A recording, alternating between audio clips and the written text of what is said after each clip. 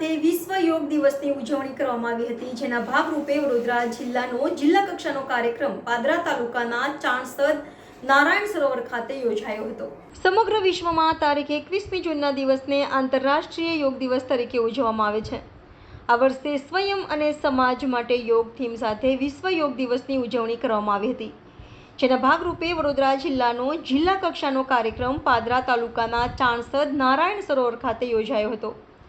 આ ઉપરાંત વ્યાસેશ્વર મહાદેવ દેના, Bhimnath Mahadev Savli, MK high school, Desar તાલુકા પ્રાથમિક શાળા વાઘોડિયા, લકુલેશ વિદ્યા મંદિર, કાયાવરોહણ, ગજાનંદ આશ્રમ, માલસર અને નારેશ્વર મંદિર લીલોડ ખાતે તાલુકા કક્ષાના કાર્યક્રમ યોજાયા હતા।